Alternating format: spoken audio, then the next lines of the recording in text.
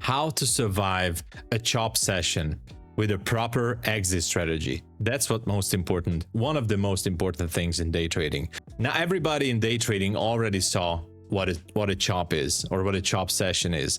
And these sessions are basically rotating. So even if we're using the power of three concept like accumulation, manipulation, and distribution, most likely throughout the day, you know, there's a high chance that if the London session was going sideways, then we might see some movement in the New York session, or vice versa. Like if the London session was moving, we could be expecting a chop session in New York, but that's not the point. Chop sessions are always around, right? Not just in Asia sessions. It's basically very simple. Market could be just waiting for a proper news release, or basically no volume, nothing is moving the market. But the problem is, during these sessions, and let me just show you an example here, for example, this one. During these sessions, traders are basically burning themselves completely, not just mentally, but the accounts as well. Now, without a proper understanding of what to do in a chop session, it's going to be very difficult to survive. And even before creating a strategy, the most important thing is to have your key levels marked up on your chart. All right, without having your key levels on your chart, the strategy, the exit strategy, is not going to work.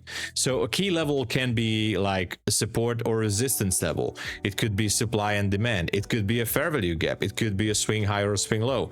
It could be even a pivot point.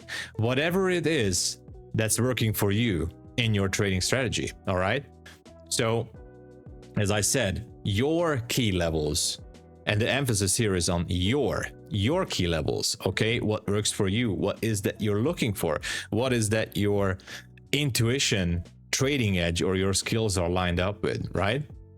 So look for your key levels. That's the most important. All right, obviously, once we're already in the chop, here's the keyword. Some people are calling it breakout. I would say displacement. That's what we're looking for. Now, displacements are showing us lots of things, basically. But before going into that, just because you're seeing that prices, for example, here, technically trying to go lower into this fair value gap, because let's just use it as an example, you're trying to get into this fair value gap. That's awesome. But just because you're seeing price dropping below the swing low even, that doesn't necessarily mean that it's like a really good idea to enter a short here. I look at that. Like if you enter a short here, that's definitely going to put you into a bit of a drawdown. And once you're here, you're starting to second guess yourself, right? Like, oh my gosh, it's going in the wrong direction. You're entering into a long position, and so on and so forth. And yeah, in this case, by the third time, you might get lucky, but until then, you basically just chop yourself up, right? So what is it that what you're looking for? You're looking for a displacement, not just a simple breakout. Now, if you're looking at this, for example, there's a swing low, you could be saying that, okay, this candle here is breaking lower from the swing low. Good. I'm not saying it cannot work, but you know, using a displacement as an exit is much more reliable. All right, so let's just talk about that. What is exactly a displacement? It means basically a shift in order flow. All right, a displacement means one side just overwhelmed the other, right? Buyers or sellers come in with big aggression and, you know, blowing through liquidity, right? That would be the simplest way to explain it. Displacement in the market is basically like yelling that the balance has been broken. Now, displacements often leave fair value gaps, okay? Price moved so fast, there wasn't enough opposing orders to fill it smoothly. So it can be an up close candle, it can be a down close candle with a gap. And of course, markets are drawn to rebalance inefficiencies. So those gaps can act like magnets later. Basically, price is going to retrace back into them. Displacement equals basically a shock move. That's why displacement can often start major trends or a major leg of a move. It confirms the bias. it's giving you entry opportunities. And I can say the classic ICT setup as well, the 2022 entry model, which I'm using. Basically, you're waiting for a retracement or a pullback into the gap that leaves behind, right? You can actually precisely measure your stop placement, right? It gives you a very solid level to place your stops. Your take profit is already measured in the right direction if you have your key levels marked up. If we're staying with this example and you have no key levels on the upside, obviously you're not interested to take a move, even if there would be a displacement in this direction, right? It doesn't really matter because you don't have any sort of key level up there, although I put a swing high there, but that doesn't matter. Let's just stay with this example on this fair value gap. All right, and let me just zoom in here a little bit more on this 5-minute chart. Now, obviously, let me get this off. We identified this area as the chop. Now, the displacement is happening right here. These two bearish candles, right? Now, a simple way to create a strategy is by utilizing a fair value gap for proper risk to reward ratio. And as you can see, if you place a limit order, as price goes back to reprice the gap, you can still have a nice 1-to-1 risk to reward ratio trade right here. Boom. I'm not saying it's always going to be 1-to-1. Obviously, we're always trying to aim for more.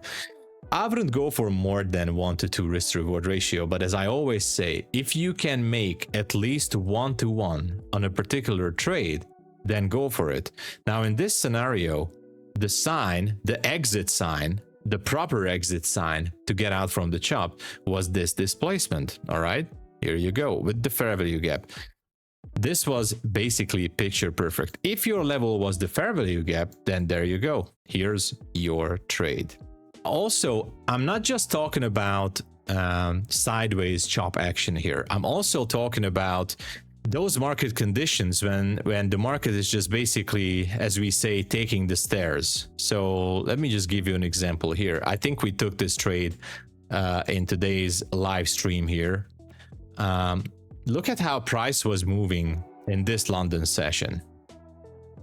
Look at how it basically just, you know, slowly grinding up and down, up and down, didn't not really create a displacement in any directions.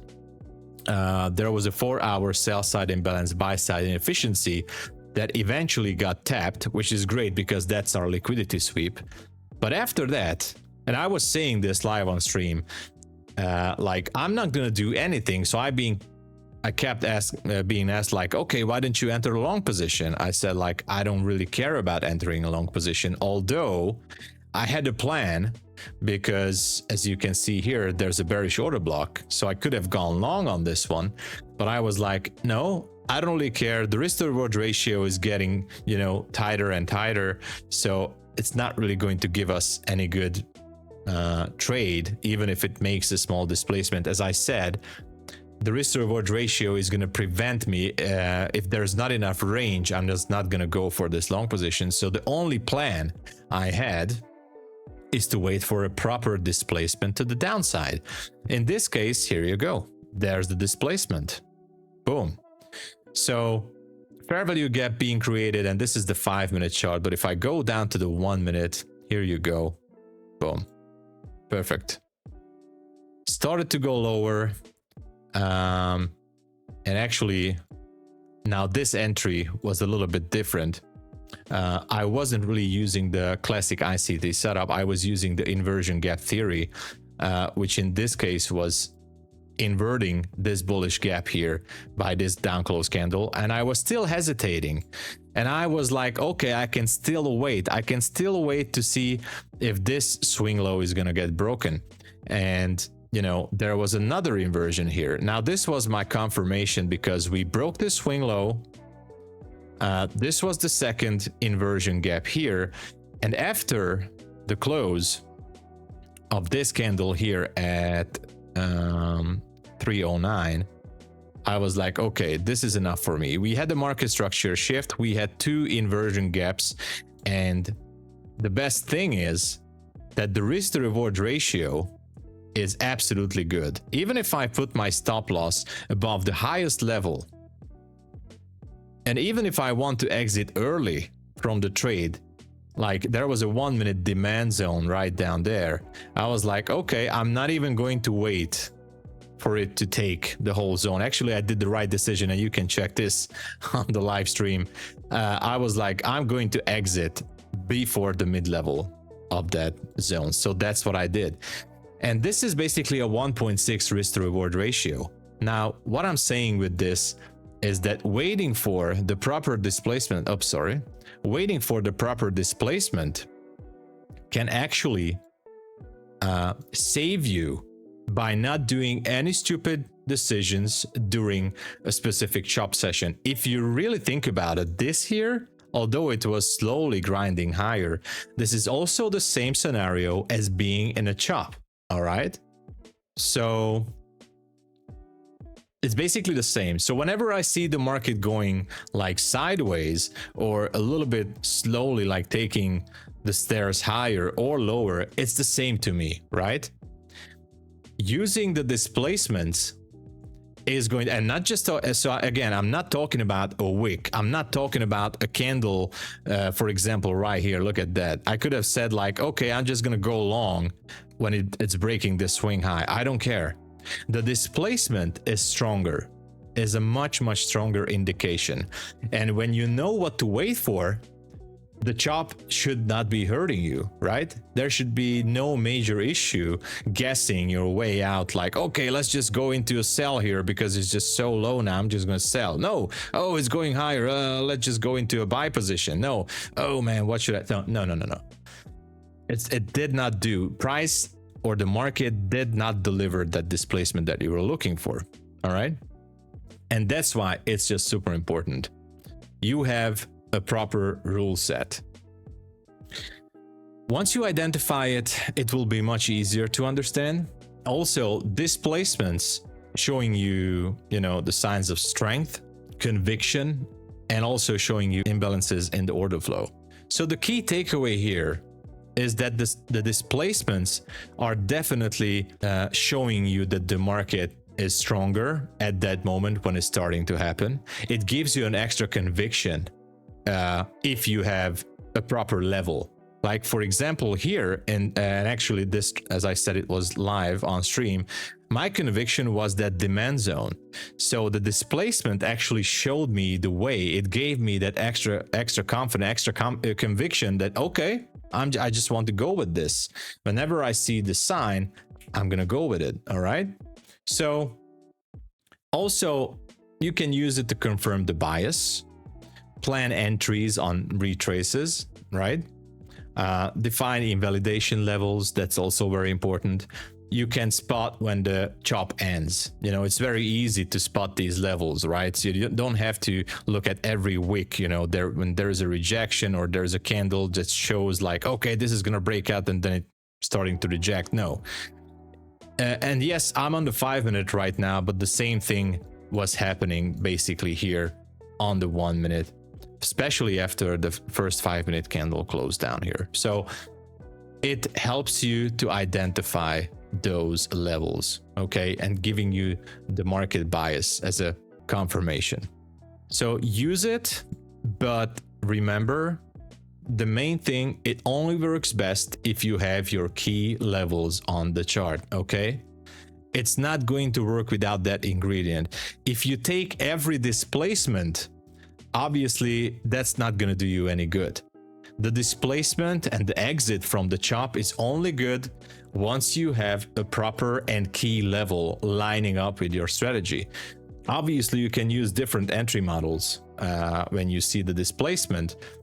You can use it in conjunction with the trend line breakout or with the moving average crossover or whatever is that you need as an extra layer of confluence. It's up to you. I'm just saying it's one of the best price action markers out there, if I can call it a marker, price action marker, that's going to show you where the market really wants to go. So forget about the wicks, wait for the candle close, wait for the displacement. All right.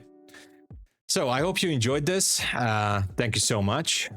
Make sure to tune in next time as well, and see you around.